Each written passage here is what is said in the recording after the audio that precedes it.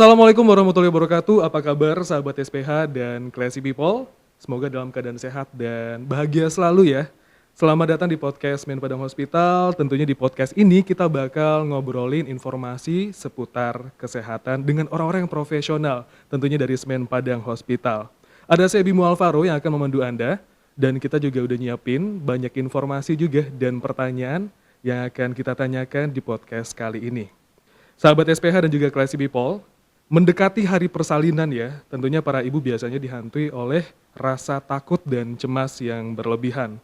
Entah itu takut akan rasa sakit saat bersalin, entah itu takut ada hal-hal yang menyebabkan persalinan tidak lancar, atau lain sebagainya. Ini pun juga kerap datang dari lingkungan sekitar si ibu nih, Classy People dan juga sahabat SPH, yang mendengar berbagai cerita dari orang-orang di sekitarnya. Apakah rasa takut menjelang persalinan itu wajar? Atau bagaimana cara mengatasi rasa takut tersebut? Nah, udah join bareng kita, Classy People, ada Kak Ulil Tari Minarti, ya, selaku bidan pelaksana dari Men Padang Hospital. Kita sapa dulu. Selamat siang Kak Tari, gimana kabarnya? Iya, selamat siang. Alhamdulillah baik. Gimana so far sejauh ini Kak Tari, track record dan juga pengalaman Kak Tari selaku bidan pelaksana di Men Padang Hospital? So far so good. Semua So far, so good, terkendali dengan baik. Proses persalinan dilaksanakan dengan baik. Tindakan pelayanan di ruangan kami untuk bersalin pun dilaksanakan semuanya dengan excellent lah. Excellent, Iya, luar untuk biasa SPH banget. iya. Oke, kalau boleh tahu mengawali karir sebagai bidan pelaksana itu di tahun berapa Kak Tari? Di tahun 2013. 2013. Iya, di 2013 kita memulai karir di SPH ini. Iya. Oke, berarti emang udah sejauh ini 9 tahun udah berkarir di lebih Men Padang kurang Hospital. 9 tahun, iya. Oke deh Kak Tari. Nah, kita kan ada tema nih, tips mengurangi kecemasan saat persalinan normal gitu ya. Dan tentunya ini pas banget buat ibu-ibu muda yang akan menjalani persalinan. Tentunya ada rasa khawatir dan juga rasa takut berlebihan nih Kak Tari. Iya, betul. Sebelum kita masuk ke rasa cemas itu sendiri, boleh dijelasin nih Kak, proses persalinan normal itu seperti apa? Iya, oke. Terima kasih ya Bang Bimo dan selamat siang sahabat SPH dan Classy People ya, yang udah mengasih saya kesempatan untuk ngasih sharing sedikit tentang ilmu persalinan ya untuk hari ini. Ya, jadi untuk persalinan normal nih sendiri itu adalah proses persalinan, proses melahirkan. Kita melahirkan bayi itu melewati jalur kalau kita bahasa awamnya itu jalur bawah, reproduksinya bagian bawah. Tapi kalau secara medis ya kita memang jalur reproduksi itu bagian vagina, bagian bawah. Jadi si kecil kalau untuk operasi sesar lewat lahirnya di bagian perut. Nah, kalau untuk proses persalinan normal itu adalah di bagian reproduksi reproduksi bagian bawah. Gitu. Jadi persalinan normal itulah perbedaannya dengan proses persalinan melewati SC. Yang penting ngedeliver si baby ini ya Kak Tari ya? Iya, proses lewatnya dari mana itu perbedaannya dengan SC. Iya. Oke deh. Nah, kalau rangkaiannya gimana nih Kak Tari dari proses persalinan normal ini? Apakah ada rangkaian-rangkaian yang mungkin menjadi faktor kecemasan berlebihan sama si calon ibu? Boleh dijelaskan rangkaiannya seperti apa Kak Tari? Iya. Jadi proses persalinan ini memang rangkaiannya tidak singkat. Memang butuh waktu untuk proses persalinan ini karena dia dimulai dari tahap ada rasa kontraksi, rasa nyeri, dimulai sampai akhirnya pintu atau tempat si kecil ini lewat itu sampai bukaan besar, si baby lahir, tidak hanya sampai di situ. Baby lahir juga harus dikeluarkannya juga plasentanya. Nah, keluar kakak anaknya ya kalau kita bahasa awamnya ya. Benar. Kakak anaknya atau plasenta keluar. Setelah itu kita pemantauan pendarahan juga. Nah, jadi proses persalinan normal ini tidak hanya singkat setelah keluar baby udah selesai, bukan itu aja gitu. Jadi sampai keluar kakak anaknya, kita juga pemantauan keadaan ibu setelah bersalin itu maksimal 2 jam pertama. Kalau si ibunya sudah aman baru tahap dikatakan ibaratnya selesai untuk kategorikan aman lah untuk 2 jam setelah bersalin gitu. Oke. Jadi memang prosesnya nggak singkat ya. Tapi Kak Tari dari rangkaian yang kakak jelaskan tadi, kira-kira di tahap mana nih yang menjadi semacam kecemasan untuk ibu-ibu yang baru menjalani persalinan? Sejauh ini dari pengalaman yang Kak Tari dapatkan nih? Itu proses rangkaian yang paling dominan ya untuk rangkaian persalinannya itu di proses pembukaan dan melahirkan si babynya. Oke. Jadi proses di mana itu ada terjadinya kontraksi rahim, kontraksi yang mengakibatkan nyeri. Jadi kontraksinya bukan hanya sekedar nyeri biasa gitu. Dia ada intensitasnya, dimulai dari nilainya 0. Hmm. Ibunya hanya bisa ketawa-ketawa gitu sama kita kan. Bener. Asik gitu kan, lagi ngobrol-ngobrol asik sampai intensitas skala nyerinya itu 10 maksimal. Oke. Sampai ibunya benar-benar diam, atau ya itu tadi kecemasan dan kepanikan ibunya ditanggapi dengan dirinya dengan teriak-teriak, dengan misalnya narik baju suaminya, atau malahan tidak kooperatif, tidak didengarnya apa yang disampaikan oleh petugas kesehatan, baik itu dokter objinnya. Nah itulah kecemasan, dampak kecemasan oleh si pasien ini biasanya pada saat proses menjalani proses persalinan tahap pertama ini. Tahap di mana si baby menelusuri jalan lahir ibu sampai si baby proses dikeluarkan oleh dokter objin atau bidannya sendiri.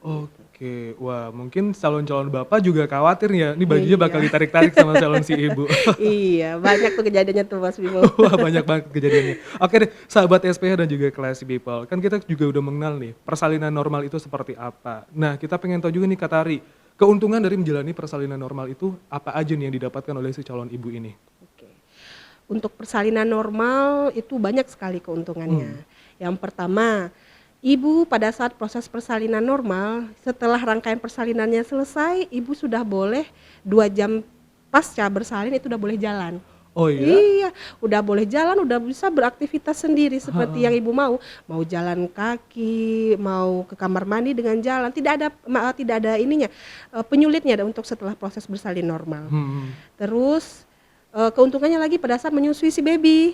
Nah, sekarang kalau kita melewati jalur jendela atau SC itu kan kita duduk susah. Bener. Awal-awal proses bersalin dengan proses operasi itu susah. Ibu untuk mobilisasinya itu tahap pertamanya yang agak susah kalau kita lewat operasi. Tapi kalau lewat persalinan normal itu kita bisa terserah kita mau menyusui si kecil sambil duduk, sambil berbaring, atau kita mencari posisi yang nyaman gitu. Tidak akan ada permasalahan karena minimal nyerinya itu ada pada saat proses persalinan normal. Nah, dan itu satu lagi untuk di rumah sakit rawatannya juga lebih singkat. Nah, tingkat kecemasan ibu yang namanya di rumah sakit ya, Mas Bimo ya, itu pasti udah di rumah sakit ini loh gitu. Jadi cemasnya juga tambah kan. Jadi kalau hari rawat inapnya itu kalau lahir normal itu singkat, minimal itu paling 1 atau 2 hari itu selesai. Kecuali ada penyulit lainnya pada saat setelah proses persalinan itu beda lagi ceritanya. Cuman kalau seandainya semuanya normal dan aman-aman saja itu minimal 1 atau 2 hari itu udah boleh pulang gitu. Iya. Keren banget, dan mungkin dengan adanya proses persalinan normal ini yang udah mungkin 2 jam setelah bersalin bisa duduk, bisa menyusui si kecil, bisa juga dibikin di story gitu ya kayak. Oh iya betul. Bisa di-share bareng suami juga. Bikin gitu TikTok, ya. udah Bikin banyak. TikTok, Iya. tapi dengan syarat hati-hati gitu ya Kak Tari Iya ya. betul. Oke deh. Nah Kak Tari, sumber kecemasan. Oke, ada dari internal, ada juga faktor eksternal. Mungkin dari faktor eksternal, ngedenger cerita-cerita dari kerabat, Ya, dari betul. keluarga. Atau mungkin dari internalnya melihat kayak, badan saya kok nggak ngerasa enak badan. Terus mungkin apakah ini akan mempengaruhi persalinan itu sendiri. Nah, apa aja nih Kak faktor-faktor yang mungkin bisa menjadi sumber kecemasan dari si calon ibu ini Kak? Oke. Ya banyak sekali ya Bang Bimo ya untuk faktor-faktor atau sumber-sumber lah yang akan mengakibatkan ibunya mengalami kecemasan, kepanikan, kegalauan, kalut pada saat menjalani proses persalinan normal. Yang pertama kita coba bahas dulu itu seperti yang Mas Bimo bilang, itu adalah dengar cerita dan omongan-omongan tetangga. Nah, itu sangat-sangat mempengaruhi pada saat proses persalinan.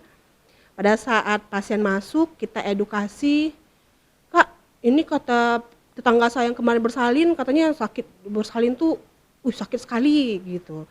Atau nanti gimana saya nahannya? Atau nanti kalau anak saya kenapa-napa gimana? Kalau saya nggak sanggup gimana? Jadi akhirnya belum mencoba, belum mulai masuk tahap persalinan, ibunya mindsetnya udah kacau. Jadi sudah terbagi nih, mau normal apa operasi, mau SC gitu. Jadi tekadnya itu udah terbagi. Kalau sudah terbagi, kita itu akan mengaitkannya dengan faktor ibu dalam menahan nyeri atau kontraksi bersalin. Itu fokusnya nggak bisa kita kasih edukasi tuh. Itu fokusnya udah ke nyeri ibunya. Sekali nyeri udah 2 kali lipat terasa karena ibunya mendominankan apa perkataan tetangga, apa perkataan dari orang-orang sekitar gitu. Jadi sebenarnya itu salah salah ya sahabat SPH dan Crazy People ya, itu salah sekali. Jadi boleh kita menerima masukan, boleh kita menerima cerita, sharing boleh, nggak Boleh, mungkin kita nggak sharing ya Hmm. Mas Bimo ya.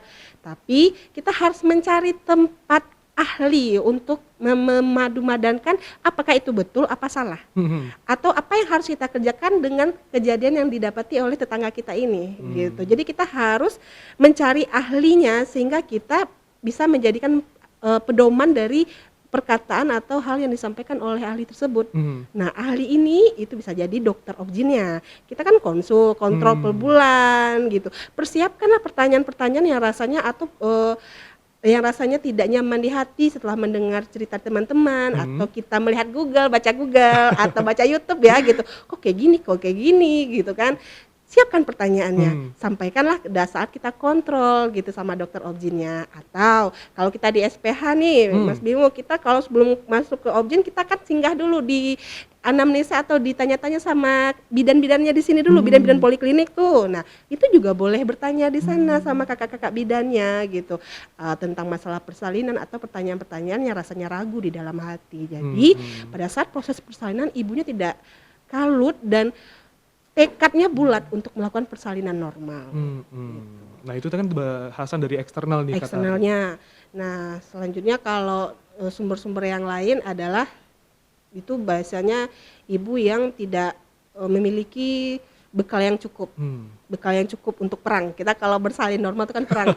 Perang loh sahabat SPH dan Crazy People. Iya, kalau kita perang kita harus cukup persiapan kita, baik itu dari segi mental kita, dari segi persiapan diri kita, persiapan suami sebagai pendamping persalinan pun harus siap, dan juga lingkungan sekitar kita itu, maksud lingkungannya juga mama, keluarga, nenek-nenek di rumah gitu juga harus persiapkan gitu, sehingga kita satu tujuan, satu visi, satu misi, saya bisa bersalin normal. Jadi dengan kekuatan dorongan dan support yang satu arah, si ibunya akan termotivasi sehingga kekalutan atau kecemasan itu minimal. Nggak bisa dihilangkan tuh sebenarnya. Kalau namanya manusia lumrah ya, Mas Bimo, kita mengalami kecemasan, mau punya anak nih gimana, saya bisa nggak ya gitu, mampu nggak ya saya gitu. Cuman kalau ada dorongan dan support dari sekitar, sumber kecemasannya itu dari orang sekitar, tapi diminimalisir dengan support, itu insya Allah biasanya sumber itu, kecemasan itu akan diminimalisir gitu. Nah satu lagi ya, si ibu sumbernya bisa jadi dari maksudnya kalau kita bersalin, ibunya harus memiliki keinginan untuk diarahkan. Namanya kita bersalin di rumah sakit, itu akan ada petugas bidan, akan ada dokter yang akan mengarahkan kita. Jangan kita ibunya merasa karena udah baca YouTube, karena udah baca Google, saya udah mampu, saya bisa. Jadi ketika petugasnya ngasih edukasi nggak masuk. Bener. Jadi ibunya udah egois sendiri, yang tahu saya bisa, saya ini, cuman tidak memadu-madankan dengan petugas di rumah sakit misalnya. Karena ya ketakutan itu kali Mas Bimo, banyak kayak gitu. Jadi karena udah takut, udah cemas, akhirnya apa yang disampaikan sama petugas nggak masuk gitu. Jadi ibunya menolak gitu untuk sampai gitu. Banyak sumbernya dari situ sih biasanya. Oke, banyak banget ya sahabat SPH dan juga Crazy People faktor-faktor sumber dari kecemasan itu sendiri. Dan tentunya untuk Anda yang saat ini mendengarkan atau yang sedang menyimak obrolan kita dan kebetulan juga lagi mengandung nih, lagi expect deliver si baby-nya ini, bisa menjadikan bahasan kita ini menjadi semacam bekal juga nih ya Kak Tari ya. Iya, betul. Oke. Udah dijelaskan sumber-sumber kecemasan, sudah dijelaskan juga proses persalinan normal itu seperti apa. Nah, kita balik ke kiatnya sesuai dengan tema kita. Tips dari mengurangi kecemasan berlebihan ini Kak Tari. Itu dimulai dari apa dulu nih untuk mengurangi kecemasan itu? Oke. Jadi pada saat kita sudah masuk proses persalinan, itu sebenarnya tipsnya itu dari sebelum masuk. Sebelum masuk? Okay. Dalam proses kehamilan, tahap proses kehamilannya kita udah mempersiapkan sebenarnya. Bagaimana saya tidak akan cemas, saya mampu untuk melakukan persalinan normal, itu kita pupuk dari trimester 2 atau trimester 3 lah minimal. Itu udah kita pupuk gitu. Dengan apa caranya? Yang tadi, misalnya sumber masalahnya itu adalah dari kita sering mendengar omongan dari orang sekitar tapi kita tidak mengkonfirm ke ahlinya. Nah, tipsnya ketika kita mendengar omongan dari orang sekitar atau tetangga atau teman, confirm lah dengan ahlinya. Ya pada saat kita kontrol tadi itu Mas Bimo, misalnya ke dokter objin atau ke bidannya, boleh itu nanti kalau sehingga sumber kita terpercaya gitu. Karena kalau sudah ahli pasti sudah melewati ilmu pembelajaran yang mereka tekuni ya sebelumnya ya Mas Bimo. Terus yang kedua, tipsnya, ibu harus siap sedia tadi. Siap sedia dengan bekal untuk perang. Siap mental. Untuk sahabat SPH dan Classy People nih, ketika kita mau persalinan normal, itu tekadnya dibulatkan jadi 100% dimulai di TM kedua, trimester kedua atau pada umur kehamilan 4 bulan itu saya harus bersalin normal. Saya bisa bersalin normal. Kalau tanpa ada penyulit nanti dalam proses kehamilan, saya akan mampu melewatinya. Jadi udah itu sebenarnya udah diomongin sama suami, sudah diomongin sama keluarga. Saya nanti mau bersalin normal ya, tolong didukung saya, tolong support saya nantinya gitu. Selagi semuanya masih dalam normal, aman, support saya. Gitu. Jadi carilah orang-orang yang akan memberikan feedback positif sama kita di awal kita masih dalam proses kehamilan, sehingga ketika kita masuk tahap persalinan itu mindset kita, tekad kita itu minimal 99% saya bisa persalinan normal gitu. Jadi psikis kita tidak akan kena. Tapi kalau udah terbagi dari awal, kita tidak yakin dari awal gitu. Udah banyak pertanyaan ini gimana, itu yang ditakutkan kita tengah jalan udah nyerah. Banyak tuh Mas Bimo di tengah jalan akhirnya karena terbagi-bagi dua juga perasaan, tekad tidak kuat untuk persalinan normal, akhirnya persalinan normal sakitnya udah kena juga, akhirnya SC juga gitu. Jadi 2 kali kena kitanya kan. Jadi tipsnya bagi ibu-ibu yang mau bersalin nantinya ya buatkan tekadnya. Kita bisa bersalin normal itu dengan syarat-syarat dan ketentuan ya Mas Bimo ya, ibaratnya tidak ada permasalahan dalam proses kehamilannya. Semuanya dalam keadaan aman gitu. Jadi kalau aman semuanya kata dokter objinnya, kata ibu bidannya, ya silahkan.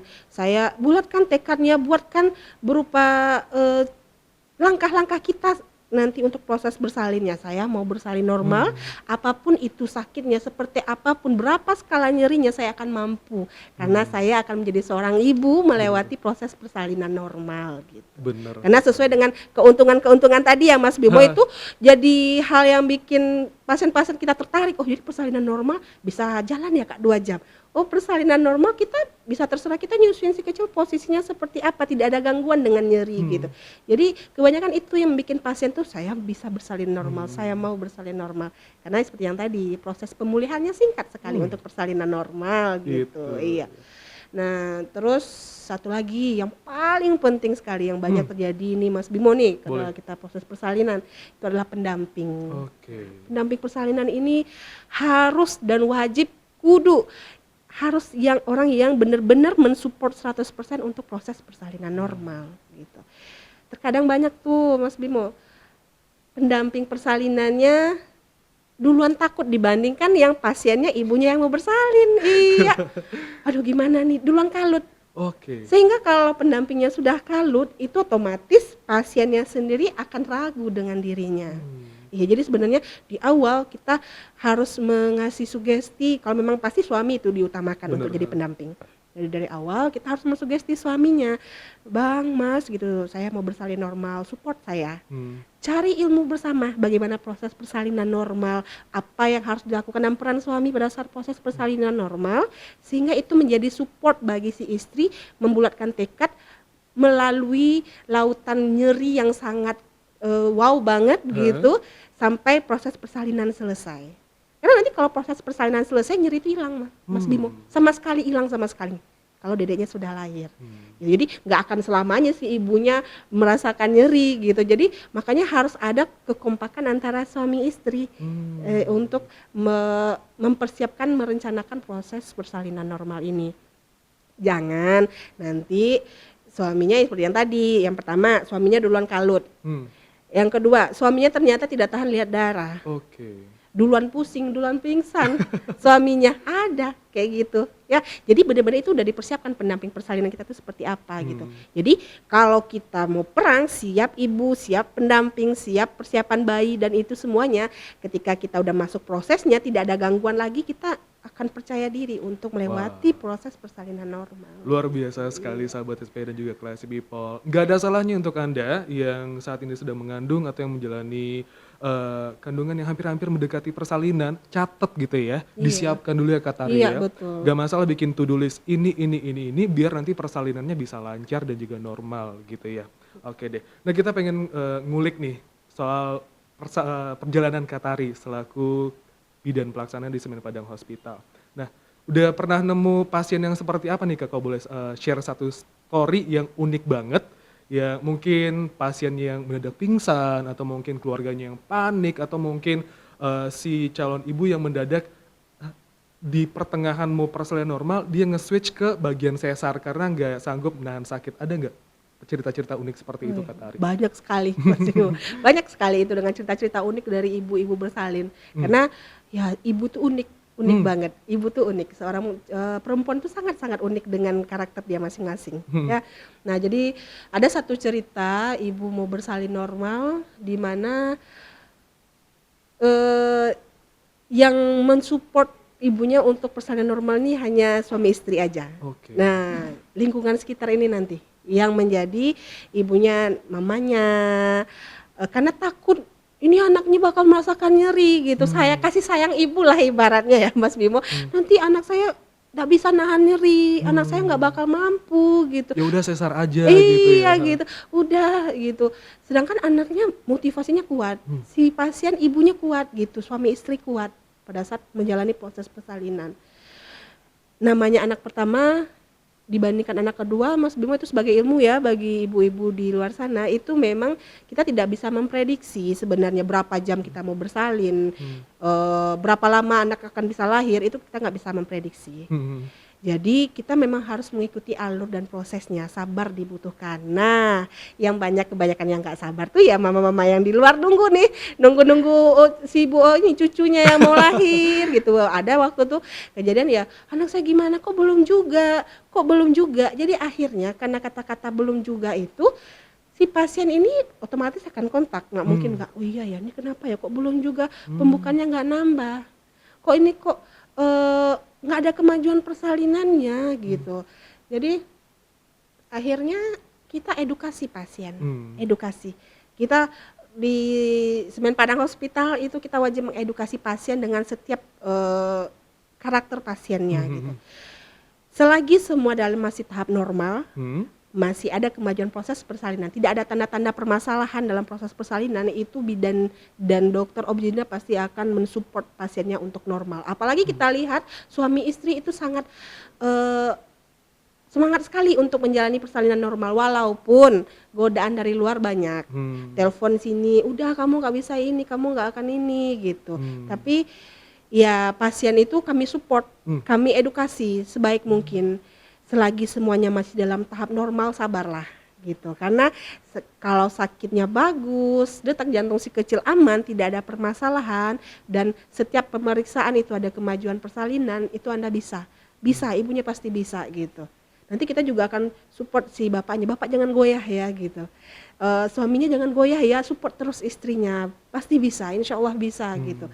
Karena nanti kalau memang keadaannya memang gawat darurat, memang tidak bisa dilangsungkan normal, kami juga tidak akan memaksa gitu. Iya, pasti akan di-cut. Begitu juga dengan dokter obstetrik, itu pasti akan meng-cut. Tapi selagi semuanya masih dalam keadaan normal, ya pada saat pasien itu tuh, kasus yang waktu itu saya tangani, kita masih tetap ngasih edukasi, kita ngasih support, ayo bisa gitu. Kak, tapi ini udah sakit sekali, ini kok belum juga lahir, bisa yuk kita support, kita masih support, bisa yuk gitu. Ternyata memang alhamdulillah, walaupun kata istrinya akhirnya karena udah sakitnya udah level tinggi ya Mas Bimo, karena bukannya udah besar, di situ keluhan terbanyak ibu di mana godaan udah banyak tuh, SC itu di mana pembukaan udah besar, sakitnya skalanya sudah tinggi, itu ibu merasa gak mampu lagi, saya nggak sanggup lagi gitu. Tapi ya itu lagi dengan tim kita di ruangan yang benar-benar mensupport selagi itu normal dan semuanya aman, dan begitu juga alhamdulillah waktu itu suaminya support untuk normal tuh bagus sekali gitu. Ibunya terlewati Wah. Lahir si kecilnya dalam keadaan normal gitu dan minimalisir pula luka jahitannya. Hmm. Dengan ya itulah dengan sebenarnya ibunya yang pintar, ibunya yang hebat gitu dengan menjalani wow gitu sakitnya wow, tapi support keluarga dan tekad ibunya juga bagus, support suaminya dan ditambah dengan kita tetap tidak mau kalah dengan keadaan waktu itu karena kita merasa ya semuanya baik-baik saja gitu, semuanya aman, ibu pasti bisa, alhamdulillah semuanya terkendali dengan baik. Baby lahir dengan normal, menangis kuat, terus plasentanya juga lahir dengan aman waktu itu. Ibunya 2 jam 3 jam setelah bersalin semuanya dalam keadaan bagus. Lalu kita pindahkan ke ruang rawat inap. Nah, itu udah boleh lagi tuh ibunya udah mandi, udah beres-beres lagi pakai baju cantik gitu ya. Ya itu seperti yang Mas Bey bilang udah mau masukin lagi ke medsos gitu kan. Iya, foto sama si kecilnya ada. Jadi disitulah pengalaman berkesan sekali sih gitu. Dimana ketika sudah goyah kita bertempur bisa gitu. Kita ajak suaminya dan ibunya kita support, ternyata ibunya melewatinya dengan baik gitu. Walaupun di pertengahan jalan goyah, tapi dia tetap menelusurinya dengan baik. Akhirnya bisa nih sahabat SPH dan juga Classy People. Cukup benar-benar bisa membantu Anda juga meyakinkan diri Anda untuk bisa nge-set mindset persalinan normal dari sekarang juga gitu ya Kak Tari ya. Dan tentunya kita juga pengen tahu tadi Kak Tari sempat menjelaskan bisa aja nih si calon ibu di saat sedang menjalani persalinan sakit yang luar biasa dan juga mungkin tidak tahan untuk menanggapi si rasa sakit itu ada godaan untuk melakukan sesar gitu loh. Nah, adakah indikator-indikator di mana persalinan normal itu tidak bisa dilanjutkan kembali Kak? Oh iya, ada.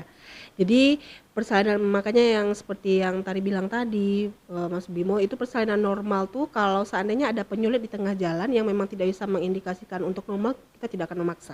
Ya. Jadi salah satunya kasusnya seperti detak jantung si kecil tidak bagus. Tiba-tiba di pertengahan jalan ketika ibu melakukan persalinan normal, walaupun itu buka berapapun, buka 5, buka 6, ternyata detak jantung si kecil tidak bagus. Sudah dilakukan penanganan, detak jantung tidak bagus ini misalnya terlalu tinggi, itu kan normalnya dari 120 sampai 160 normal rentangnya. Ternyata saat kita periksa dia tinggi dari 160 atau dia rendah dari 120 atau bahkan dia kayak kaset rusak. 120, 170 turun lagi 160 jadi tidak bagus gitu. Nah itu dikatakan pasien bayinya dalam keadaan tidak bagus, sudah dilakukan tindakan ternyata tetap tidak ada perbaikan, itu biasanya udah di-cut sama dokter obgynnya. Oke, langsung disarankan untuk melakukan sesar. Iya, karena kita untuk menyelamatkan si kecil, nyawa si kecil. Oke, kalau dari kondisi ibu bagaimana Kak? Nah, dari kondisi ibu ada juga dengan kasus di mana ada 2 tuh biasanya yang paling dominan.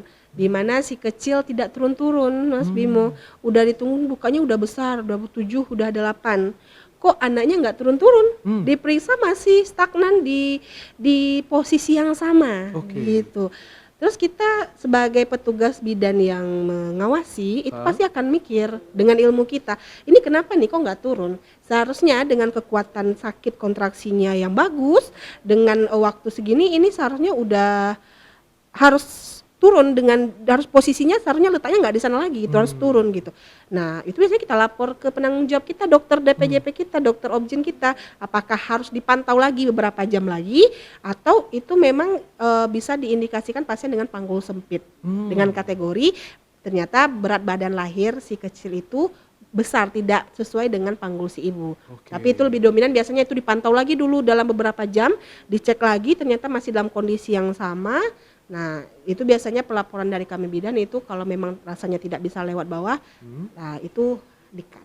Nggak mungkin dipaksa, kayak manapun dipaksa ibunya udah merasakan nyeri ya adanya nggak bakal lewat. Bener gitu ya. Oke deh, mungkin ini bisa menjadi semacam ancang-ancang juga nih buat ibu-ibu di luar sana untuk bisa kayak oh kalau misalnya si kecil ngerasa size-nya gede ya udah sesar aja gitu ya Kak Tari ya. Oke deh. Kak Tari, nah di sini kan ada nih Semen Padang Hospital itu menyiapkan paket dari bersalin namanya tuh LIA Priority atau mungkin kepanjangannya layanan ibu anak priority. Kita pengen tolong dijelasin nih, kira-kira LIA Priority itu paketnya seperti apa nih Kak Tari? Iya, jadi SPH sekarang sedang membentuk paket layanan LIA Priority untuk memberikan pelayanan yang lebih maksimal lagi untuk sahabat SPH dan Classy People ya di luar sana dan memberikan kemudahan-kemudahan dan beberapa keuntungan lah kita Bener. untuk dari paket Lia Priority ini gitu. Jadi dari Lia Priority ini kita memberikan pelayanan-pelayanan yang tambahan yang kita ajarkan kepada ibu, ada tambahan untuk senam nifasnya gitu. Ada tambahan kita untuk laktasi, tentang pelatihan laktasi kepada ibunya secara face to face gitu, dan message bayi secara face to face mengajarkan ibunya, dan juga nanti juga dapat paket foto session Wah. sama keluarga ibu, ayah dan si kecilnya gitu. Dapat paket sertifikat juga dari SPH yang dikasihnya berupa foto dan frame juga nanti dikasih sama ibunya gitu.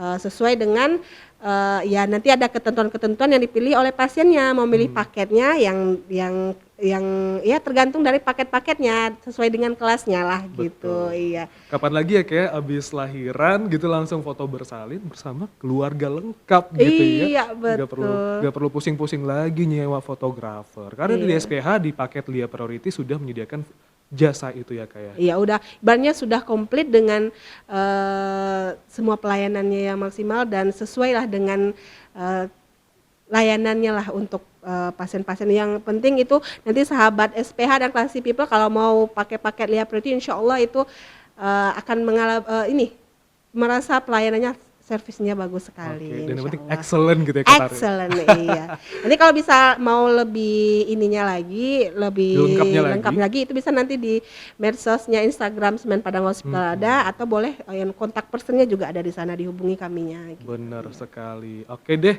gitu ya. Banyak banget informasi yang kita dapatkan buat sahabat SPH dan juga Classy People terkait dengan mengatasi kecemasan berlebih saat menjalani proses persalinan normal. Dan kita harapkan apa yang kita obrolkan ini bisa membantu Anda dan juga bisa menguatkan Anda untuk bisa memusatkan mindset ke persalinan normal aja gitu ya Kak Tari ya. Iya. Oke deh, tentunya kita harapkan juga ini bisa menambah pengetahuan Anda dalam ilmu kesehatan dan nantikan obrolan lainnya seputar kesehatan yang akan kita kemas dalam podcast Semen Padang Hospital. Terima kasih Kak Tari yang udah Ya, datang. sama-sama ya Mas Oke, Bimo. kita nantikan collab selanjutnya ya Kak ya. Oke, ditunggu. Oke deh, sahabat SPH dan juga Classy People, itu dia obrolan kita. Saya Bimo Alvaro, mewakili narasumber dan juga kru yang bertugas. Mohon undur diri. Assalamualaikum dan sampai jumpa.